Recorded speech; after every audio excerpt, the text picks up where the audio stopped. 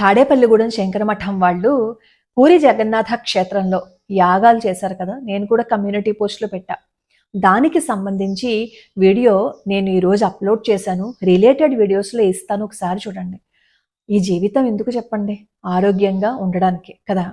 ఆరోగ్యంగా ఐశ్వర్యంగా ఉండాలి అంటే మంచి పనులు చెయ్యాలి. మంచి పనులు చేసిన వాళ్ళని చూసి ఆనందించాలి. మనం చేయలేకపోయినా చేసిన వాళ్ళని చూసి ఆనందించామని అనుకోండి, అది కూడా మంచి పనే. అది కూడా మంచి ఫలితాన్ని ఇస్తుంది. ఆ వీడియో ఒకసారి చూసి జై జగన్నాథ అని కింద ఒక్కసారి జగన్నాథ స్వామి వారిని తలుచుకుంటూ కింద కామెంట్ పెట్టారనుకోండి, ఆయన అనుగ్రహం ఉంటుంది. కాసేపు ఒక మంచి విషయాన్ని చూసిన ఫలితం కూడా వస్తుంది. అలాగే మహాశివరాత్రి గురించి నన్ను చాలా మంది అడుగుతున్నారు. కమ్యూనిటీ పోస్ట్ పెట్టాను, అలాగే అందులో స్కాన్ కోడ్ కూడా ఇచ్చాను నేను. ఆ స్కాన్ చేయండి. ఒకవేళ మీకు ఆ నెంబర్కి గనక వాట్సాప్ మీకు వెళ్ళటం లేదు అని అనుకుంటే స్కాన్ చేస్తే వెళ్తాయి.